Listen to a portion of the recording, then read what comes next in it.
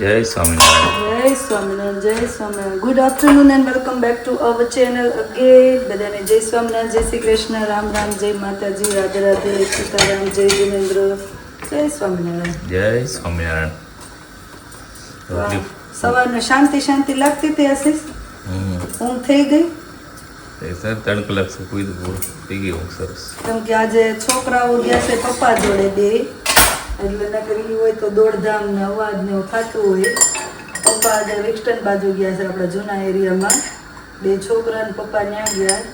બે છોકરી શાંતિથી ટીવી જોતા જ કદાચ અમારો અવાજ આવતો હોય છે. અમારો અવાજ આવતો હતો. તમે બહાર બેઠા તમારો નીકળો. અમે બહાર અમે થોડીક વાર બહાર બેઠા જ પછી અમે ઉપર ચડ્યા. આ પંક્તિ લગ્નની તૈયારી શું કહેવાય કે મારી સાડી તૈયાર કરી, નિર્વાના બધા ચોલી ઇન્ડો વેસ્ટર્ન ને જે બધું પહેરવાનું હતું મા દીકરી બેના તૈયાર કર્યું બધું, જે સાડી ને પ્લેટ ને એવું કંઈ ભરવાનું હોય ને લાંબા ટોકા, કેમ કે આપણે રોજે ન પહેરતા હોય તો પહેરી પહેરી જોવું પડે બરાબર છે ને, જાડા પાટલા કઈ આ નથી થયા ને એમ. હજી તો કપડાં સિલેક્ટ થયા, હજી ઘરેણા અને એવું બધું બાકી છે. ક્યારે મને દુકાને લઈ જાવ બોલો? મંત્ર નાખવું પડે કુર્તો રેડી મંત્ર કટિંગ કરવાનું દે. હા ઈ કર નાખ્યો છે.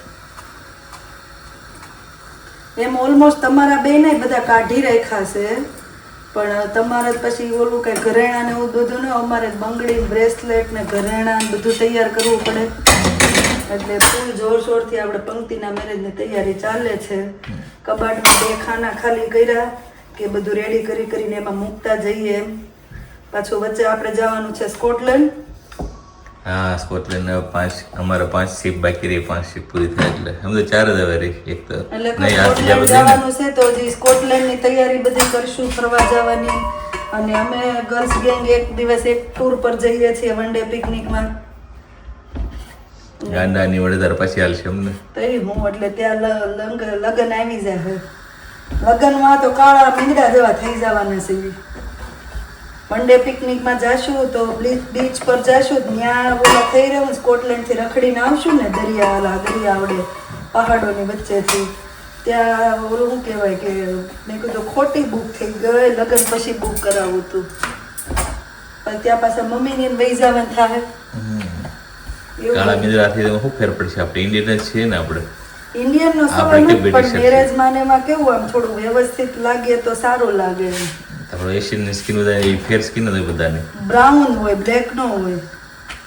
એક તો ઓલરેડી અહીંયા શું કહેવાય સમરના લીધે આપણે બ્લેક થઈ ગયા હોય, અને બધી બહાર રખડીને આવશું એટલે કાંઈ નહીં. એનીવે બધે એન્જોય કરવાનું બધી પરિસ્થિતિમાં એવું છે. ગરમા ગરમ રોટલી ફૂલી દડા જેવી થાય છે. રોટલી સારી થાય છે. રોટલી જો કે મને ઓછી કરવી ગમે. આપણે પાથરી વધાર હોય. આ પપ્પાની નથી. અને જો મહારાજનો થાળને રેડી કર્યો, આખો થાળ થઈ ગયો. બતાવો આજનું મેન્યુ. રોટલી ફૂલી બતાવી. હે રોટલી ફૂલી દડા લગભગ તો બધી ફૂટી ગઈ. જો આ ભરાણું ને એટલે નકર ફૂલે જ છે બધી રોટલી. મહારાજનો થાળ ગરમા ગરમ રેડી થઈ ગયો છે. સરસ મજાનું ફણસી બટેકાનું શાક, રોટલી, દાળ, ભાત, છાશ, સલાડ. ચાલો મહારાજ જમવા પધારો. હવે છોકરીઓ કેટલું બે આ છોકરા નથી ને શાંતિથી તમારું થઈ ગયું. અવાજ નથી કરતી, બોલો. છે ને એ બે જ સ્વિગી પટુ સ્વિગી બેટા તો ટીવી જોવે છે બે. મહારાજનો થાળ રેડી થઈ ગયો છે. ચાલો મહારાજ જમવા પધારો.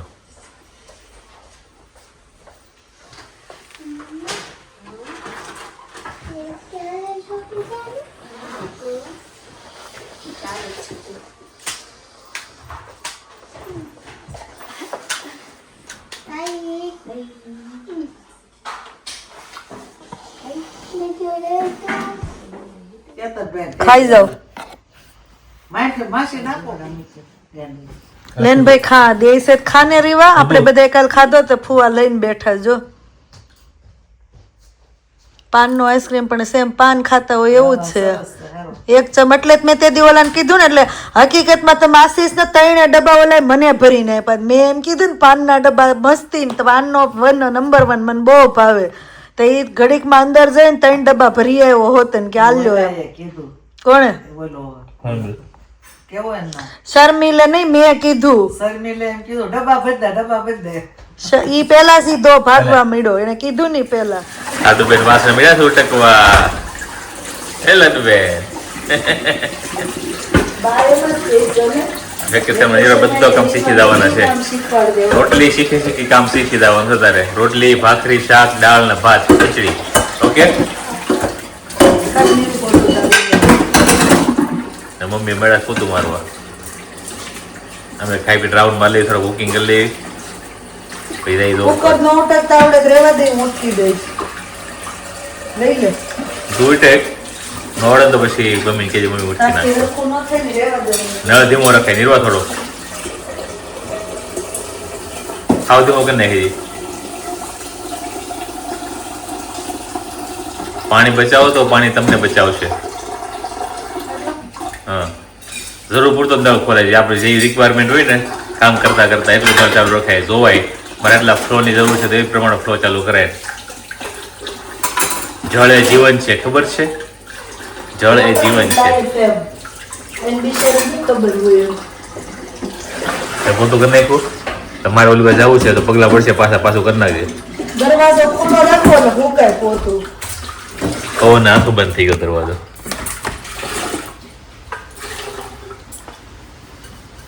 જાવું જ પૈસા વાળો જો ને મને પોતામાં પગલા પડી નિર્વા મહારાજ જો હળવા થઈ ગયા નાઈટ ડ્રેસ પહેરીને હાલો આવજો જય સ્વામિનારાયણ હાલો જય સ્વામી તમારે ઓલું પેનિક્યોર પૂરું થઈ ગયું રીવા કક કરતી હતી ને મસાજ રીવા થાકી ગઈ પતલી થઈ જાય નિર્વા તો હાલો જય સ્વામિનારાયણ બોલ પતલા મોટા નહીં પતલા સ્લીમ પાતળા